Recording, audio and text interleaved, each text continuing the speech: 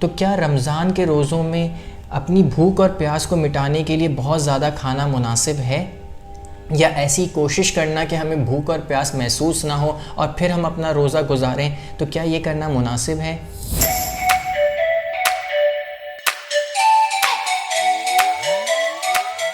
السلام علیکم۔ رمضان کے روزوں کی آمد ہے اور ان دنوں ہم سب کی کوشش ہوتی ہے کہ روزے کے درمیان ہمیں بھوک اور پیاس کی شدت محسوس نہ ہو۔ یہی وجہ ہے کہ ہم سحری اور افطار کے ٹائم میں اتنا زیادہ کھانا کھانے کی کوشش کرتے ہیں کہ دن بھر ہمیں پھر بھوک اور پیاس محسوس نہ ہو، مگر اس کے باوجود بھی ہمیں بھوک اور پیاس محسوس ہوتی ہے، ہم اپنے آپ کو بوجھل محسوس کرتے ہیں، چڑچڑاپن ہو جاتا ہے ہمیں۔ تو کیا رمضان کے روزوں میں اپنی بھوک اور پیاس کو مٹانے کے لیے بہت زیادہ کھانا مناسب ہے، یا ایسی کوشش کرنا کہ ہمیں بھوک اور پیاس محسوس نہ ہو اور پھر ہم اپنا روزہ گزاریں، تو کیا یہ کرنا مناسب ہے؟ تو روزوں کی روح کے حوالے سے ایسا کرنا بالکل بھی مناسب نہیں ہے۔ کیونکہ اللہ تعالیٰ اپنے بندوں کے اوپر روزے فرض ہی اس لیے کیے تھے تاکہ ان کی ٹریننگ ہو سکے، بالکل جیسے ایک فوجی کی ٹریننگ ہوتی ہے کہ ٹریننگ کے درمیان اسے محنت اور مشقت سے گزرنا پڑتا ہے، اس کے پاس آرام کرنے کا، کھانے پینے کا وقت کم ہوتا ہے، تاکہ وہ اتنی محنت اور مشقت سے اس کی باڈی جو ہے وہ اسٹرانگ ہو جائے، اور جب وہ جنگ کی حالت میں جائے اور مشکل حالات ہوں تو اس میں اس کے حواس برقرار رہیں اور وہ جنگ کا سامنا کر سکے۔ اسی طرح اللہ تعالیٰ بھی اپنے بندے کی ٹریننگ کرنا چاہتا ہے تاکہ جب زندگی کے مشکل حالات آئیں تو بندہ اسے بآسانی جھیل سکے۔ مگر ہم کیا کرتے ہیں؟ ہم دن بھر کی بھوک اور پیاس کو مٹانے کے لیے سحری اور افطاری میں اتنا زیادہ کھانا کھاتے ہیں کہ پھر ہمارے جو جسم کا خون ہے وہ زیادہ تر ہمارے پیٹ کی طرف چلا جاتا ہے تاکہ ہمارا کھانا ہضم ہو سکے۔ یہی وجہ ہے کہ ہمارے برین کو خون اتنا نہیں ملتا اور پھر ہم اپنے آپ کو بوجھل محسوس کرتے ہیں، تھکا ہوا محسوس کرتے ہیں، ہم چڑچڑے ہو جاتے ہیں اور ہم اپنے روزے کو اچھی طرح گزار نہیں پاتے، یہاں تک کہ ہم عبادات بھی صحیح طرح نہیں کر پاتے۔ تو اگر آپ چاہتے ہیں کہ روزے کا اصل مقصد حاصل ہو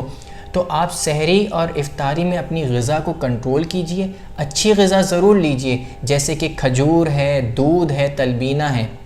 مگر خود کو تلن جیسی چیزوں سے، اسپائسی چیزوں سے اتنا زیادہ نہ بھریے کہ پھر آپ کا ذہن جو ہے وہ بوجھل ہو جائے۔ اور جب بھی آپ کو دن میں بھوک لگے یا پیاس لگے یا غصہ آئے تو فوراً سے اپنے آپ کو ریمائنڈ کروائیں کہ آپ کی اس وقت ٹریننگ چل رہی ہے۔ کیونکہ جب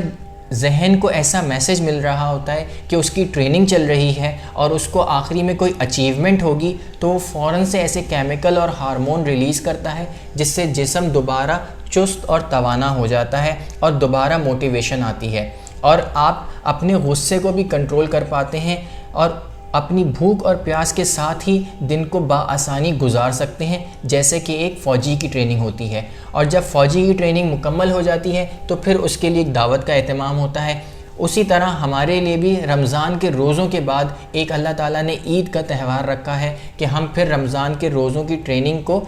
سیلیبریٹ کر سکیں خوشیوں کے ساتھ۔ مگر ہم کیا کرتے ہیں؟ ہم سحری اور افطاری میں بھی اتنا زیادہ کھانا کھاتے ہیں اور اتنی زیادہ تلن والی چیزیں کھاتے ہیں جیسے کہ یہ ہماری دعوت چل رہی ہے، بلکہ وہ دعوت نہیں ہوتی ہے، وہ ایک تھوڑا سا وقفہ ہوتا ہے تاکہ ہماری ٹریننگ ہو سکے۔ رمضان کے روزوں کا ایک مقصد اور بھی ہوتا ہے جو سائنٹیفکلی اسٹڈی ہوا ہے، وہ یہ کہ ہمارے پیٹ کے نظام کو، ہمارے ہاضمے کے نظام کو پورے سال میں ایک وقت ریسٹ کی ضرورت ہوتی ہے۔ تو رمضان کے روزوں میں ہمارے ہاضمے کے نظام کو وہ ریسٹ ملتا ہے جس سے ہم بہت ساری بیماریوں سے بچ سکتے ہیں، جیسے کہ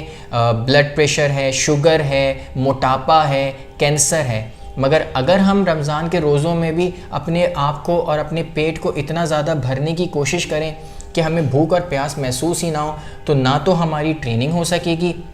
نہ تو ہمارے پیٹ کو آرام مل سکے گا، اور اسی وجہ سے ہم نہ تو پورے سال اپنی مشکل حالات کو جھیل پاتے ہیں بلکہ بہت ساری بیماریوں میں بھی مبتلا ہو جاتے ہیں۔ تو اگر آپ چاہتے ہیں کہ رمضان کے روزے کے تمام فائدے آپ کو حاصل ہوں، اس کا اصل مقصد حاصل ہو اور آپ کو بھوک اور پیاس کی شدت محسوس نہ ہو، غصے کو کنٹرول کر سکیں، تو آپ پھر دن میں اسی طرح اپنے آپ کو ریمائنڈ کروائیں کہ یہ آپ کی ٹریننگ چل رہی ہے، تاکہ آپ کا برین جو ہے وہ آپ کو ایسے کیمیکل اور ہارمون پرووائڈ کریں کہ آپ اپنے آپ کو دوبارہ چست، توانا اور موٹیویٹڈ سمجھیں۔